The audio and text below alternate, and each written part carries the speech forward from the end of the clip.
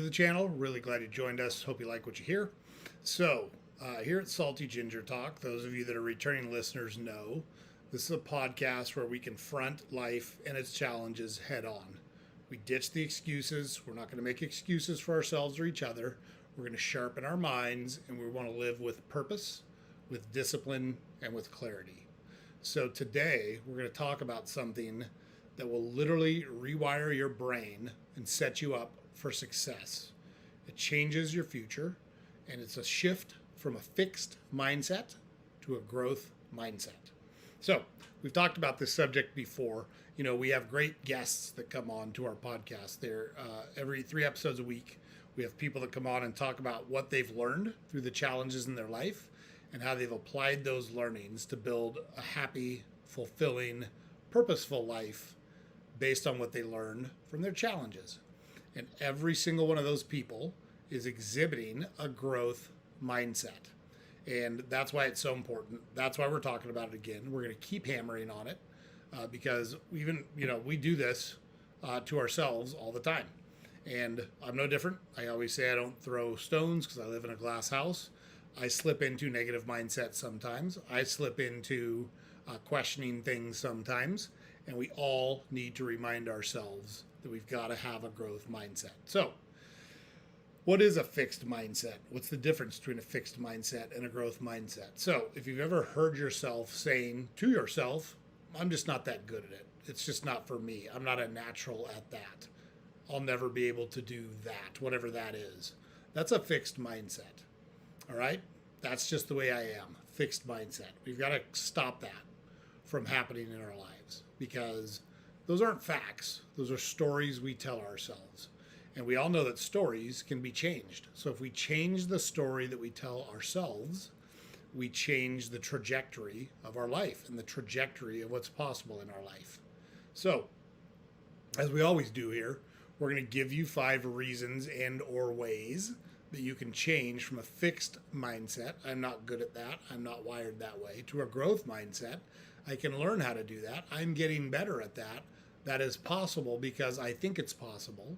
And we want to develop those. We're going to give you science and data to prove that these are real, the 5 tips that we're going to give you. We're going to show you what they look like in real life so you can recognize them when they happen to you or to people you care about. And we're going to give you an actionable item for each of these tips so you can implement these things into your life starting right now. Remember, no excuses. We're going to confront the things that are wrong in our life. We're going to confront the things that we want to change in our life. And the way to do that is to take action now. That's a big part of the growth mindset. So, with that said, let's jump into it. Number 1, reframe failure as feedback, not finality, right? So when things go wrong, when we don't get the outcome that we want, there's a tendency to think doom and gloom, that is the end. There's no way to change it. There's no way to try again. There's no way to fix it going forward, right? Most people are terrified of failure. They're really, really afraid of failure. Not because failure is dangerous.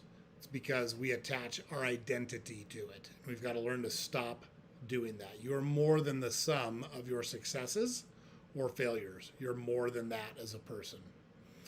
In a landmark Stanford study, psychologist Carol Dweck found that students praised for effort handled failure with curiosity, while those praised for their innate intelligence saw it as a threat. So, if you praise someone when they fail for saying, man, you tried your best, you really put everything you had into it, it just didn't work out, they'll try again. They'll try harder. They'll pick themselves up off the mat. However, when you say, man, you're really smart, you're so intelligent, when that person fails, they take it as like a personal insult when they fail to themselves. They're doing this to themselves. Their belief in fixed traits made setbacks feel like proof they weren't good enough. So, you give a big presentation at work and it bombs. A fixed mindset in that situation would say, I'm not a public speaker. I'm not good at public speaking. Okay, maybe in that particular instance it didn't go well, but that doesn't mean you're not good at public speaking. It means in that particular instance it didn't go well. That's all it means. A growth mindset, however, says That didn't land the way I wanted it to. What can I learn from it? That's the difference between a fixed and a growth mindset. Failure isn't a verdict. It's just data, but it's valuable data because it tells you where to make changes so you can be successful going forward. If you treat it like feedback, it becomes fuel, it becomes knowledge, it becomes data. And that's how you have to treat it. It's not final, it's not a verdict on you as a person, it's just data. So, what's our action step? This week, after any mistake or misstep or something that doesn't turn out the way you wanted it to or anticipated it to, ask yourself 3 questions. Ask yourself these 3 questions. What did I expect to happen? What actually happened? And what can I improve next time? Write it down. Call it a performance debrief. Call it a post-mortem. Call it a review. Call it whatever you want. But make that your new post-failure habit. We're going to assess what we expected to happen. We're going to assess what actually happened. And we're going to assess what we could improve to get a different outcome next time. It's that simple. Disassociate success and failure from your personal worth. Look at it as feedback, and you'll process things much better. Okay? Number 2, we're going to add the word yet to limiting beliefs. Words shape your perception. The words you say to yourself shape your perception. One of the most powerful growth tools is that 3-letter word, yet. Instead of I can't do this, say I can't do this yet. Very big difference. I can't do this as final. I can't do this as permanent. I can't do this yet. Means you're progressing towards a better outcome. There's neuroscience behind this. Research published in the Journal of Cognitive Neuroscience shows that self-affirming statements, especially future-focused self-affirming statements, light up the brain's reward and motivation circuits. That tiny shift opens the door to possibility. Think of Dumb and Dumber. He's recording the girl. She says she's not interested. He says no way at all. She says maybe 1 in a million. He says, so you're saying there's a chance, right? And it's silly and it's stupid and it's a cheesy movie, but it's a great outlook on life. 1 in a million. So you're saying there's a chance. That's the mindset you've got to develop. Okay, real world example. I'm terrible at networking. That's a fixed mindset. A growth mindset in that same circumstance would say, I'm not good at networking yet, but I can learn. There you go. Big difference. One is final, one is doom and gloom, one is negative. The other one acknowledges the challenge, but says, I can get a better outcome if I work for it. Right? That's the mindset we want to develop. So, what's our action step on this one? Pick 3 limiting beliefs that you've caught yourself saying lately. Write them down. Now rewrite them with yet at the end and one concrete thing that you can do to move forward, like reading a book, scheduling a call, or watching a tutorial. Those are things you can do to improve the possibility of a better or different outcome for the issue or challenge that you just wrote down. So 3 limiting beliefs. I'm not good at math. I'm not good at math yet, but I can go to Khan Academy and figure out how to do algebra. I'm not good at baseball, whatever. I'm not good at hitting a baseball. I'm not good at hitting a baseball yet, but I can watch a video on proper mechanics for hitting so that when I go to the batting cage, I can improve on my hitting, right? That yet makes a big difference. It creates possibility in the future where there was none before. So let's add that to our negative statements. Let's add that to our fixed mindset statements because it will automatically pivot us to a growth mindset statement. Yet, it's a great word to have in your vocabulary. Number 3, embrace the struggle as a sign of progress. We've been conditioned to avoid struggle. We want to be comfortable. We want life to be easy. We want things to come to us naturally. We don't want to have to work for things. It's a bad place to be. Real growth lives in the discomfort zone. We talk about that over and over again. You can only grow when you're fighting and scrapping and struggling, which means you're uncomfortable. If you're comfortable, you're not growing. And the problem is, even if you're standing still, other people are growing and they're going to pass you by. So unless you're moving forward, you're definitely losing ground. Because the other people around you, if you're standing still, are gaining ground. And you can't allow that to happen to yourself.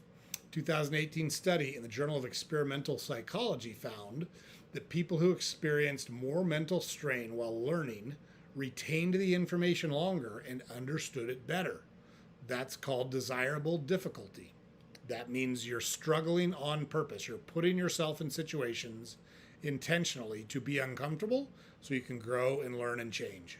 We've got to embrace the struggle as a sign of progress. I'm scrapping and fighting and scratching and clawing. That means I'm making progress. I'm working towards something. I'm taking action. That's a good thing, not a bad thing. You're learning, let's do a real world example. You're learning new software at work. It's very frustrating. We've all been there. Fixed mindset says, I'm not tech savvy. I can't do this. I'll never figure this out. A growth mindset says, yeah, this sucks. It's hard. I've never done it before. That's how learning works. Steve and Betty and Alice and Jason all know how to do it. They didn't know how to do it at one point, and they know how to do it now. I can do the same thing they did. I don't know how to do it yet. There's our word again, yet. So our action step here is when you hit this wall, say out loud, this is what growth feels like. This is what progress feels like. It's that simple. You're reframing how you think about the situation. Then you ask, what am I building by sticking with it? Write it down. That's your why for that particular instance. And that why will help you when it's hard. When you're in the middle of the hard part, that why will help you stay focused. So your action step here, say out loud, this is what growth feels like, and then ask yourself, what am I building or gaining by sticking with it? And look, maybe you say nothing. Maybe you say, I'm wasting my time struggling on this, so I'm not going to do it anymore. If that's real, if that's the truth, that's okay. But if you're working towards it, you probably made a decision at one point that it was going to enhance your life or make you better or improve something in your life, and you should probably stick with it. And that's how you stick with it, like we talked about. Embrace the struggle as a sign of progress. Number 4, we want to normalize effort over talent. It's like we talked about previously when we encourage people for their effort and not for their innate abilities. They have more resiliency, they go harder, stronger, longer, and they don't quit. So we want to normalize effort over talent every single time. Talent may get you started, but effort gets you across the finish line. In one study from psychological science, people who believe success came from effort were more motivated, more resilient, and more likely to take on hard tasks compared to those who believed in natural talent. So, in the real world example, a fixed mindset says, she's a natural, I could never do that. A growth mindset says, she's practiced for years, I can improve too if I commit, if I work, if I grind. Okay? Michael Jordan got cut from his high school basketball team. I get it. He was short and they were looking for height. It wasn't that he was a terrible basketball player. It still happened. He still saw it and said, I should be on that team, but I'm on this team because I'm not good enough right now. He didn't quit. He got obsessed with getting better. And the result was him becoming probably the best basketball player of all time. There's a lot of debate about that. Fine by me. Michael Jordan's one of the all-time greats. There's no denying that. And it's because he used failure as fuel to push himself harder to grow and get better. Okay? So he prioritized effort over talent. That's why he was so much better than everybody when he played. The action step here is to pick something that you've avoided that you think you're not talented at. Set a timer for 10 minutes a day for 2 weeks and do that thing. Just do the work. Normalize the effort. Forget about the talent. You want to track your progress on that stuff because your growth and improvement may be small, may be hard to see when you're in it, but if you track it, you can see that growth and improvement bit by bit in small chunks over time. Prove to yourself that effort compounds. That's the compound interest of life. Just like compound interest helps you grow your money exponentially, the compound interest of effort at a thing will grow your personal life and your professional life exponentially if you do the work. Okay? Number 5, we want to surround ourselves with growth-minded people. We want people that think the same way that we think so that we can learn from them and ride their coattails to a certain extent on developing these habits we're trying to develop. Your mindset isn't just internal, it's contagious. So according to a Harvard Business Review article, teams that foster a growth mindset culture experience 47% higher trust, 34% more engagement, and significantly more innovation simply by fostering a growth mindset among the team. Why? Because that belief that we can do it, that stick-to-itiveness is contagious. So is fear. So if we allow the fear to win, then everyone will be fearful. Everyone will step back. Everyone will not try and not grow. If we foster the growth mindset in the group, the exact opposite happens, and that's where we want to be. So, real world example here. Fixed mindset environment, your friends make fun of your goals or say, why try? What's the point? Why does it all mean? It's useless. It's hopeless. It's pointless. That's a fixed mindset. We want to get away from the people that think that way and live their lives that way. A growth mindset environment is where people contribute to your progress. They celebrate your progress. They share resources to help you, and they push you to evolve. That's a growth mindset. That's collaborating and surrounding yourself with growth mindset oriented people, and that's where you want to be. So the action step here is to audit who you hang around. Who do you spend a lot of time with? How are they? Are they positive? Are they negative? Do they support your goals? Are they jealous of you? Do they sabotage you? If you're surrounded by people who aren't supporting your goals, you got to find new people. It's that straightforward. So, who gives you energy? Who do you like being around? Who makes you a better person? Who challenges you to become a better person yourself? And the opposite, who drains you? Who sucks the life out of you? Who drains the energy from the room when they walk in? That's a person that's got to hit the bricks. We got to get them out of there. Spend more time with the people who challenge and support your growth, and spend less time with those who reinforce your doubts. You'll be happy that you did that somewhere down the road. Okay? So, let's just be clear here real quick. This isn't about phony positivity or rah-rah or little Mary Sunshine or Pollyanna-ish outlook. Not what we're saying. You've got to confront the challenges. You've got to acknowledge when things go wrong. You don't get to just skip those steps. However, growth mindset is gritty optimism. It is optimism, but it's a gritty optimism. It's acknowledging all those things we just talked about and saying, fuck it, I'm going to do it anyways, and I'm going to be successful anyways. I don't care because I'm not going to quit till I'm there. It's the belief that you can improve with effort, strategy, and persistence. All right? So here's what I want you to do. Pick one of today's 5 strategies. Just one. Don't need to do all 5 at once. Pick one of them and apply it this week. Right? This episode's going to air on Thursday. You've got a couple days left. You can still accomplish this week. It could be reframing failure. It could be adding yet to your doubtful thoughts, to your doubtful statements, to your fixed mindset statements. Could be embracing struggle. Could be tracking your effort, or could be upgrading your circle. Start small, but be consistent. Because every time you make a growth choice, no matter how small that growth choice is, you change the way your brain wires your future. And that's where you want to be. You not only want your brain working to rewire your future, you want to be actively influencing your brain so it rewires your future in the right way. All right? So, thanks for tuning in, guys. James puts it up over here every day. Don't forget to head over to our website, saltygingertalk.com. All the podcast episodes are available there. We got links to all our social media accounts available there. We publish a newsletter every weekday you can subscribe to there. And as always, please like, share, comment, subscribe to our podcast on whatever platform you consume it on. Got a lot of great information for you, a lot of great life tips, so you can take those, implement them into your life, and improve them. That's what our guests typically bring with them when they come on to Salty Ginger Talk. You don't want to miss any of this good stuff. You want to make sure you've got the tools and training necessary to build the life that you want. So make sure you don't miss a single episode of our podcast. We do one every weekday.